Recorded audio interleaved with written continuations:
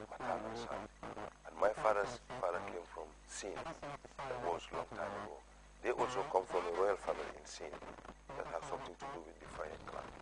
So, but I born in Bara and grown up in Bara, been to school, reached the faculty of the building. But I have the faculty in me that was in the minor imaging college. That's something that you discovered later on. That's something That will be another part of our interview today.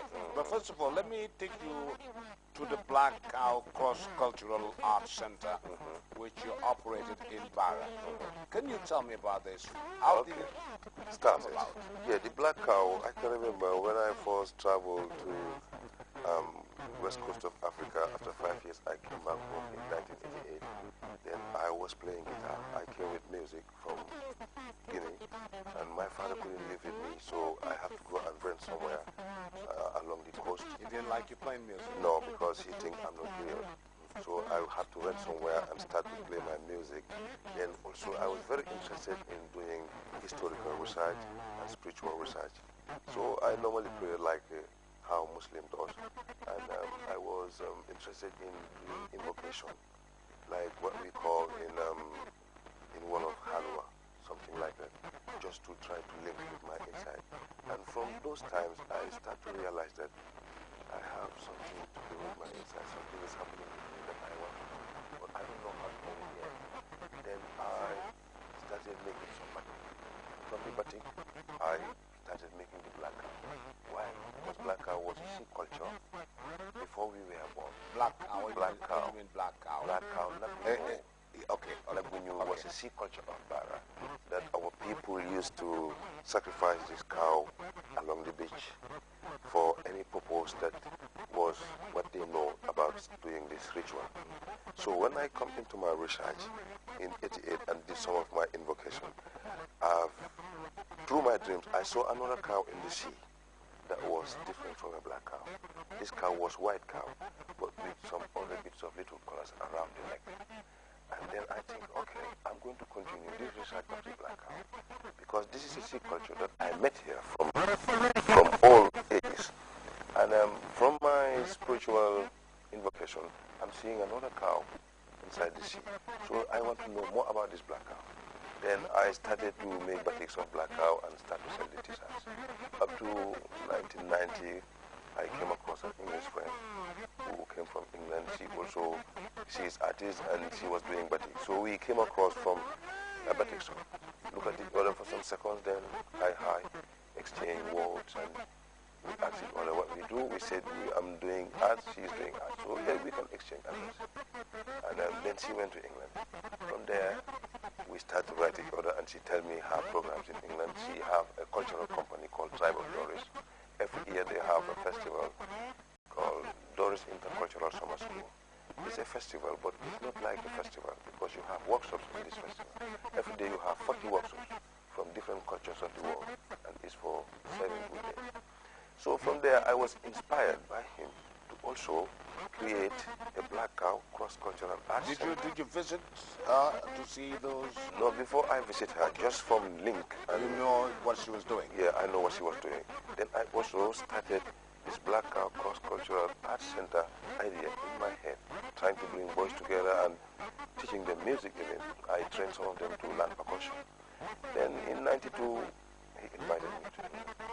I went as a musician, acoustic musician. I play my acoustic guitar and I operate in different festivals alone. Sometimes I have some people to back me. So from that festival, I came back home with a bit of financial situation that allows me to go and base somewhere, rent somewhere, and start to run this program there. My first festival was in 1993, and I went to the National Arts Council when Mr. Juf was the principal cultural officer. I explained everything to him and even submit some documents about my plans concerning culture, and they were very happy about it.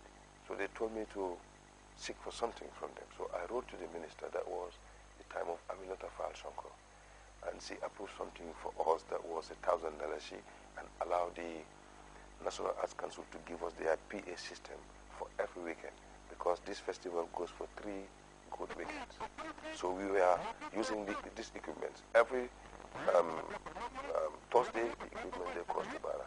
Friday, Saturday, Sunday, when we finish, Monday early morning, we be back to the and this happened for 3 weeks. Yeah, this happened for 3 weeks, this festival. Now describe the festival. So what more did the festival say? Who was there? So what happens in the festival is, I have a lot of friends in England who come to this festival. And when they come to the festival, some of them are there to learn djembe, some will come to learn dance, and some also will come to offer. It's a cross-cultural art activity exchange. They will also come to offer what they can offer to black people. So there was, in those days, there was kind of a more interaction between Barra and Bristol. It was like a link that I was creating with my wife. And now it's possible for Bristolians and some other parts of English people to come to Barra, direct from England to the airport. We pick them to the festival. And they will stay for 4 weeks or we stay for 6 weeks.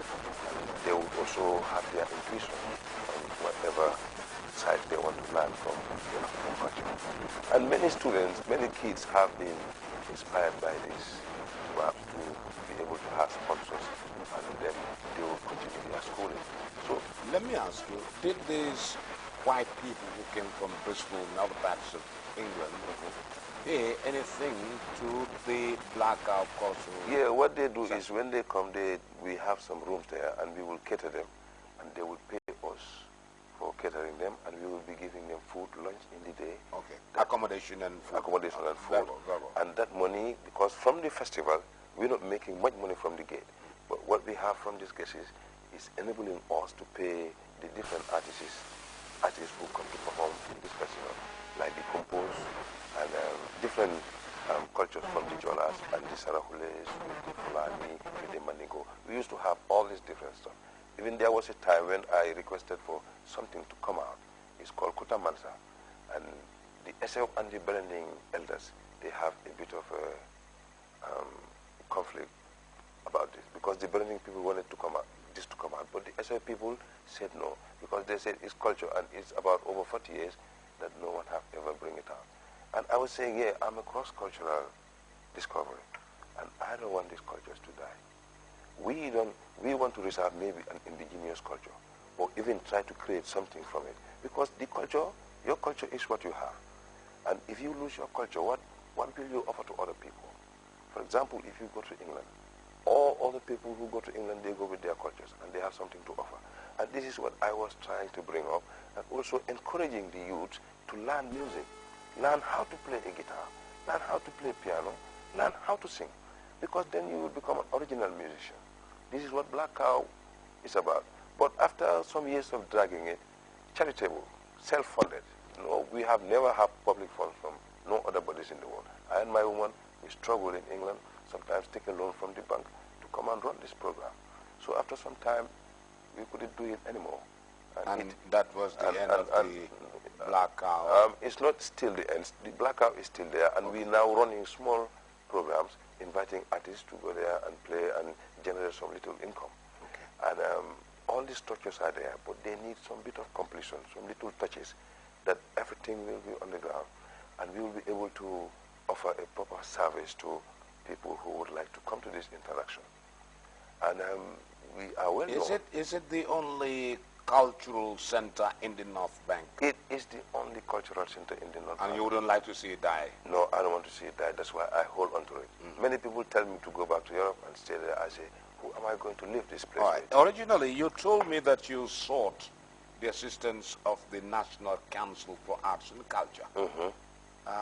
In order to revive it, do you think it's still possible to get support from the NCSC? Yeah, I'm still thinking of knocking at the doors and find a way to have a dialogue with whoever is... Baba is there. Baba, whoever it might concern.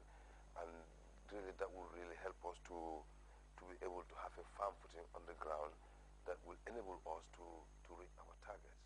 But I haven't... And of course the Ministry of Tourism as well, yeah, because this is a cultural and tourist-related thing. Yeah, I mean, there was a time in 2005 when I came from England. I was doing some research about Gambian history. I came with some good information about Gambian history, and I have a list of a file that is having Gambian histories. But the files are